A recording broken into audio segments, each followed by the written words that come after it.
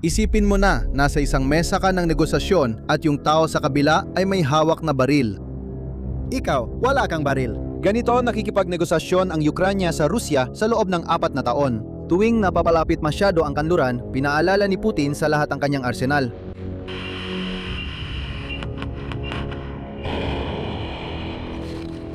At gumagana ang estratehiyang ito. Gumagana ito dahil sa kabilang panig, wala namang nakatutok pabalik. Pero hindi naman palaging ganito. Noong 1994, ang Ukraine ay may ikatlong pinakamalaking arsenal nuclear sa buong mundo. Mayroong 1900 na mga ugiba. At alam mo ba kung ano ang nangyari? Ibinigay nila lahat yon kapalit ng isang pirasong papel. Noong ika-9 ng Agosto, ibinunyad ng pahayagang British na The Telegraph ang isang dokumentong dumating sa mesa ng bagong punong ministro ng United Kingdom. Dokumento na kapag naging opisyal na pulisiya, magbabalik ng sandata sa kamay ng Ukraine sa unang pagkakataon mula noong 1994. At hindi ito tangke, hindi ito misil, hindi ito pera. Sasabihin ko sa iyo ng eksakto kung ano yon at kung bakit 32 taon hinintay ng Ukraine ito. Diretso na tayo. Ano ang nakasulat sa dokumento? Inaalok ng Reino Unido ang sarili nilang arsenal nuclear para protektahan ang Ukraine. Sa ibang salita, ibig sabihin nito na kung gagamit ng sandatang nuclear ang Russia laban sa mga Ukrainian, sasagot ang mga Briton gamit ang sarili nilang mga sandatang nuclear. At may tawag dyan. Ang tawag dito ay nuclear umbrella. Maaring mukhang parang pinag-uusapan natin ay isang kalasag, pero sa totoo lang, iba ito. Isa itong pangakong gaganti. Ang plano ay binigay kay Punong Ministro Andy Burnham at sa kanyang tagapayo sa pambansang seguridad. At hindi lang ito sumasaklaw sa Ukraine. Sinasaklaw din ito ang Norway, Switzerland at ang Western Balkans dun sa rehiyon ng dating Yugoslavia. Ngayon, napansin mo ba ang isang bagay? Wala sa mga bansang ito ang miyembro ng NATO. Ibig sabihin, sa ngayon, wala ni isa sa mundo ang obligadong ipagtanggol ang alinman sa kanila. Ito ang magiging unang pagkakataon na magkakaroon sila ng ganitong klase ng kasunduan. Itong probisyon ng depensa sa plano ay kinopya pa nga mula sa Artikulo 4 at 5 ng OTAN. Yung sikat na kasabihan, inatake mo ang isa, inatake mo kaming lahat. Pero hindi ganun kasimpel ang ideya. May mga bagay na may aalok ng Ukraine kapalit nito. Kailangan niyang panatilihin ang isang napakalaking hukbo bilang permanenteng pader laban sa Rusya at ibahagi ang teknolohiya ng kanilang mga drone sa mga Europeo. At dito na papasok ang bahagi na hindi inaasahan ng kahit sino. May gusto ring makuha ang Reino Unido sa kasunduang ito at hindi ito mula sa Ukraine. Pero bago ko ipakita sa iyo ang halaga nito, kailangan mong maintindihan kung gaano kalaki ang iniaalok. Tingnan mo. Ang Reino Unido ay isa sa 3 bansa ng NATO na may sandatang nuklear. Ang dalawa pa ay Estados Unidos at Pransya. Ang arsenal ng Britanya ang pinakamaliit sa 3. Mayroon itong humigit kumulang 200 at 25 ugiba sa kabuuan ayon sa Bulletin of the Atomic Scientists. Sa mga ito, pinakamarami ng 100 at 20 na handang gamitin anumang oras. At kakaiba sa iba, lahat ng mga ito ay nananatili sa ilalim ng tubig. Iyon ay dahil ang Reino Unido ay walang mga misil sa silo at wala ring bombarderong nuklear.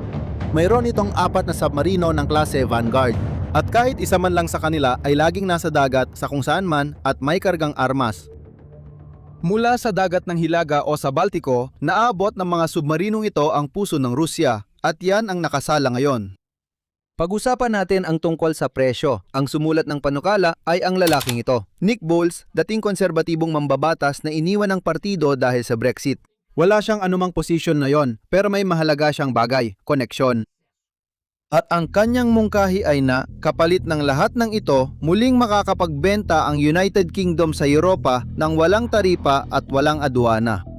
Iyan mismo ang nawala sa kanila nang umalis sila sa European Union noong Brexit. At gusto lang nila ang magandang bahagi ng kasunduan. Ayaw nilang tanggapin ang imigrasyon, ayaw nilang gumamit ng euro, ayaw nilang bumalik sa Unyon. Ibig sabihin, gusto nilang bawiin ang itinapon nila nang sila lang ang nagdesisyon. At nagbabayad sila gamit ang arsenal nuclear. At tingnan mo, hindi itinatago ni Boles ang mga intensyon niya. Sinabi niya yan mismo sa Telegraph. Sinabi niya na kung susubukan ng United Kingdom na makipagnegosasyon para lang sa akses sa kalakalan, mag-isa, siguradong mabibigo sila.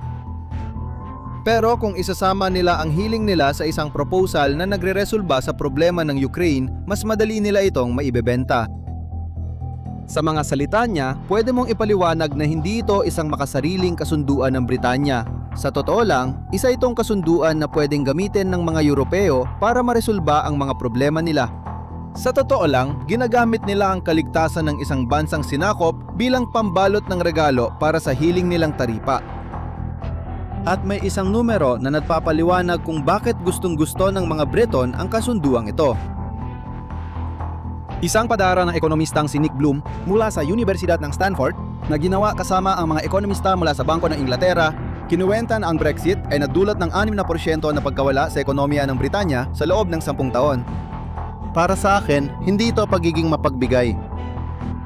Isa itong bansa na tumigil na sa paglago, sinusubukang gawing alas sa pakikipagtawaran ang nag-iisang tunay na mahalagang bagay na natitira pa sa kanila. Kaya lang, para sa Ukraine, hindi na mahalaga yon. Ang totoo, ang isang bansang 4 na taon nang binubugbog ng isang nuclear na kapangyarihan ay wala ng luho para tumanggi sa proteksyon kahit papansarili ang interes ng nagbibigay. Tinatanggap niya at nagpapasalamat, ganun lang kasimple.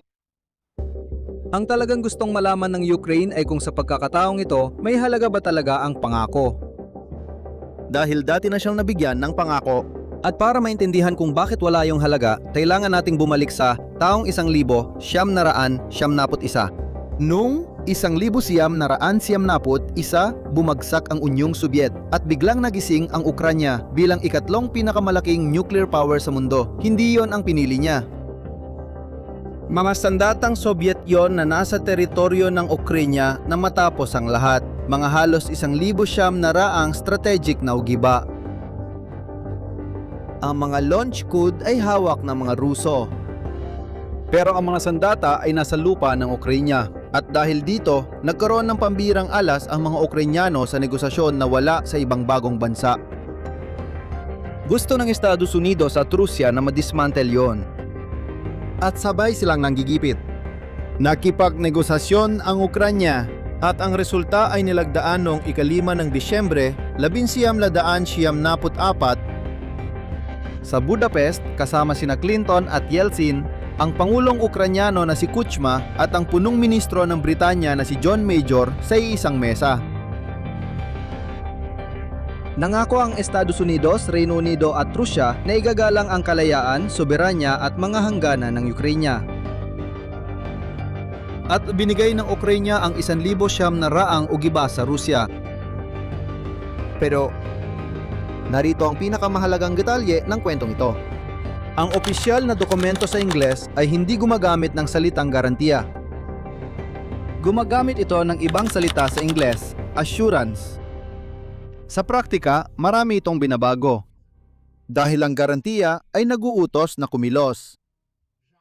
Ang assurance na maaring isalin bilang garantiya, sa totoo lang, ay may kahulugan na mas malapit sa pampulitikang pangako o isang pangakong may mabuting hangarin. Sa ibang salita, ang ganitong garantiya ay hindi naguutos kanino man na magpadala ng sundalo. At sinadya ng mga negosyador na Amerikano na piliin ang salitang ito. Ipinaliwanag ito ni Stephen Pfeiffer na namuno sa delegasyon ng Estados Unidos, Kalaunan at Tahasan. Hindi sila handang gumawa ng isang pangakong militar. Kahit ganon, ang Kremlin ang siyang tuluyang tumalikod sa buong dokumento. Noong 2014, inaneksa ng Rusya ang Crimea. Noong 2022, sinakop nila ang buong bansa. At alam mo ba kung anong nangyari nang igiit ng Ukraine ang nakasaad sa papel? Bago ko sagutin yan, mag-subscribe ka muna sa channel at i-activate ang bell dahil sinusubaybayan natin ang digmaan sa Ukraine bawat linggo. Ang sagot ay maaari mong marinig mismo kay Zelensky. Noong Enero ng 2025, nagbigay siya ng 3 oras na panayam sa Amerikanong podcaster na si Lex Fridman. At sa isang bahagi, itinigil niya ang lahat para pag-usapan ang Budapest. At gusto ko maintindihan kung paano yung gagana, anong uri ng mga garantiyang panseguridad ang magiging katanggap-tanggap sa Ukraine at sa Russia. Kailangan ng Ukraine, higit sa lahat, ng mga garantiya sa seguridad. Nasa panganib kami. Iyan mismo ang dahilan kung bakit ganoon ang tawag sa kanila. Para sa akin, hindi ito biro. Pakinggan mo ang sinasabi niya. Ikinuwento niya na 5 ang mga naggarantiya, Estados Unidos, Rusya at United Kingdom. At pagkatapos, sumali ang Pransya at Sina. Tungkol sa Budapest Memorandum. Ang Budapest Memorandum ay naglalaman ng mga garantiya sa seguridad para sa Ukraine. Sa simula, tatlo.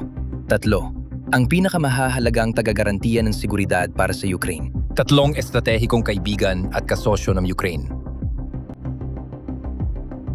Ito ay napagkasunduan. Estados Unidos ng Amerika. Sumali ang Rusya, Britanya, Pransya at China. Mayroong 5 estado na. At dito niya sinabi ng malinaw na may isang salitang Ingles doon, ang tinatawag na assurance. At tinapos niya ito sa pagsasabing, hindi ito garantiya ng kahit anong seguridad. Hindi pa nga ito mga garantiya ng seguridad. Ngayon ay nauunawaan na natin na hindi ito garantiya ng seguridad. Dahil sa isang banda, ito ay mga garantiya ng seguridad.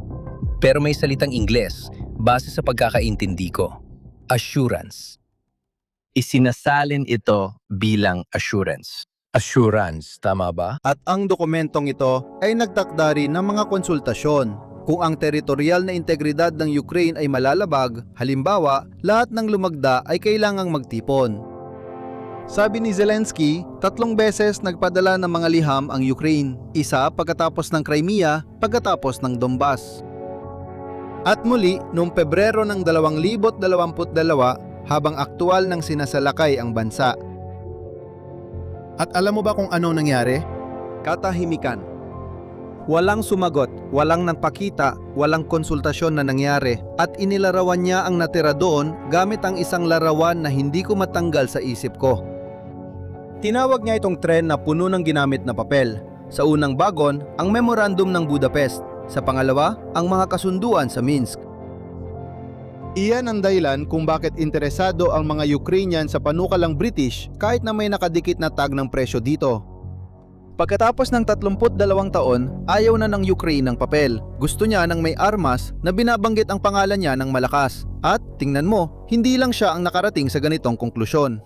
May bansa sa hilaga ng Europa na hindi na naghintay ng alok mula kanino man at nilutas ang problema nila mag-isa noong Hunyo. Ipapakita ko sa iyo sa dulo dahil iyon ang bahaging pinakanakainis sa Kremlin. Bago yon, may isang malinaw na tanong na natitira rito. Bakit ang United Kingdom? Bakit hindi ang Estados Unidos na may pinakamalaking arsenal sa buong mundo? At ang sagot dyan ay nangyari noong Mayo sa Alemanya. Noong unang araw ng Mayo ngayong taon, inihayag ng Pentagon na aalisin nila ang 5,000 sundalong Amerikano mula sa teritoryo ng Alemanya. At tingnan mo ang salitang ginamit ng punong tagapagsalita ng Pentagon sa opisyal na pahayag. Hindi niya isinulat na kalihim ng depensa, isinulat niya ay kalihim ng digmaan. At may dahilan sa likod nito. Ang kanseler ng Alemanya si Friedrich Merz ay nagsalita sa isang grupo ng mga estudyante na ang Estados Unidos ay hinihiya ng mga negosyador mula sa Iran. 24 na oras pagkatapos, tingnan mo kung ano ang sinabi ni Trump tungkol sa kanya.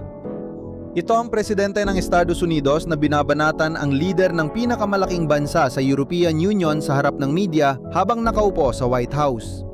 Ibig ko sabihin, ginagawa niya na napakasamang trabaho niya. May problema siya sa imigrasyon, may problema siya sa enerhiya, may iba't ibang klase siyang problema. At may malaking problema siya sa Ukraine. Kinabukasan, inilabas ang pag-atras ng mga tropa. Tingnan mo ang laki niyan. Ang Alemanya ay may tinatayang 35,000 sundalong Amerikano, ang pinakamalaking presensya ng Estados Unidos sa Europa. Ayon sa Reuters, aalis ang isang buong brigadang pangkom at ang isang unit ng mga misail na pangmalayuan na dapat ipadala sa katapusan ng taon ay kinansela. Babalik sa dati ang presensya, katulad ng bago salakayin ng Rusya ang Ukraine. At nagbabala na si Trump na maaring sunod na ang Espanya at Italia. Ngayon, may magsasabi na may saysay ang pagbabawas ng tropa sa Europa na yon ay pamana ng Cold War at makatuwirang argumento yon. Pero pakinggan mo ang taong ito. Ito si Sean Bell, isang military analyst ng Sky News. Nagsilbi siya ng 10 taon sa Alemanya at sang-ayon siya na may saysay ang pagbabawas. Pero iba ang punto niya at yon ang mahalaga. Ang problema ay hindi kung ano, ang problema ay kung paano. Sa huli, ginawa ito bilang direktang tugon sa kritisismo ng isang kaalyado at yan ang nagbubukas ng malaking bitak sa NATO. Sa mga salita niya, pinapalabas nitong parang watak-watak ang alyansa at hinihikayat ang Rusya at China. Ayon sa Washington Post, mismong NATO ang nagsabi na sinusubukan pa nilang maintindihan ang mga detalye ng planong ito. Sa madaling salita, hindi kinonsulta ng mga Amerikano ang mga kaalyado nila, pinaalam lang sa kanila. Kaya naman, isinulat ni Bowles ang kanyang panukala. Ang pangunahing argumento na ginagamit niya ay walang kasiguraduhan na ang presidente ng Amerika na yon o kahit sa loob ng 10 taon ay ipagtatanggol ang Europa gaya ng pagtatanggol niya sa sariling teritoryo. Ang ginamit niyang pahayag ay ipagtanggol ang Europa na parang ito ay Kansas. Ngayon, may malaking butas sa panukalang ito ng Britanya at hindi ko ito itatago sa iyo.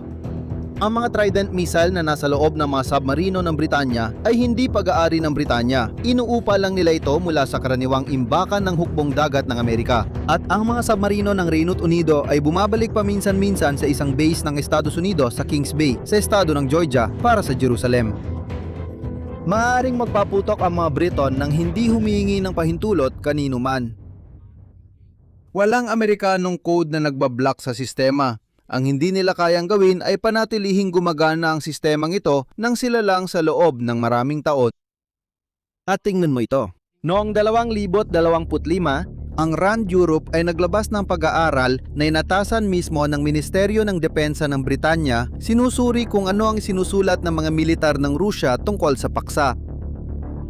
At ang konklusyon ay nakikita ng mga Ruso ang arsenal ng Britanya bilang isang kapani-paniwalang banta na kayang magdulot ng di katanggap-tanggap na pinsala sa Rusya. Ang totoo, hindi nila kailangang pantayan ang bilang ng mga ugiba. Ang Rusya ay may humigit kumulang 4,400 ayon sa nuclear notebook ngayong taon. Samantalang ang United Kingdom ay may 120 na handa na. Pero hindi yon ang mahalaga dahil sapat na ang kakayahang sirain ang mga bagay na hindi kayang isuko ng kalaban. Ngayon, bumalik tayo sa bansang nabanggit ko kanina.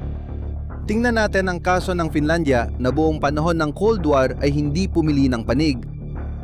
Noong 1987, ipinagbawal nila sa batas ang anumang sandatang nuklear sa kanilang teritoryo kahit pa sa panahon ng digmaan.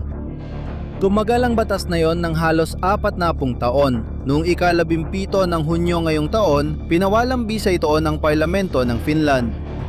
125 boto ang pabor, 61 ang tutol. Nilagdaan ito ni Pangulong Alexander Stubb noong ika-26 at naging epektibo ang pagbabago noong 1 ng Hulyo. Sabi ng Finlandia na wala silang balak maglagay ng anumang ugiba. Pero bukas na ang legal na daan. At ang Finlandia ay may 1,340 kilometro ng hangganan sa Rusya, ang pinakamahaba sa lahat ng bansa sa European Union. At ang reaksyon ng Kremlin ay agad-agad. Lumabas na sila at sinabing ang Finlandia ay nagsisimula na magbanta sa Rusya. Ang totoo, ginugol ni Putin ang buong karera niya sa paggamit ng takot sa nuklear bilang panangga at ginawa niya ito para gawing paralisado ang kanluran. Para pigilan na may lumapit. Pero ang naging resulta, sa totoo lang, ay iba. Nagising siya na binubuksan ng Finlandia ang pinto sa hangganan niya at ang Europa ay muling nag-aarmas. At ang United Kingdom ay nag-aalok na protektahan ng Ukraine gamit ang sarili nilang arsenal. Ang pinakamalakas na barahan ni Putin ay unti-unting kinukuha mula sa kanyang mga kamay. Wala pa sa mga nabanggit natin ang naging opisyal na pulisya hanggang ngayon. Pero kapag umusad na ito, nandito kami para magbalita. Mag-subscribe ka para hindi mo ma-miss ang mga susunod pa. Hanggang sa susunod na video.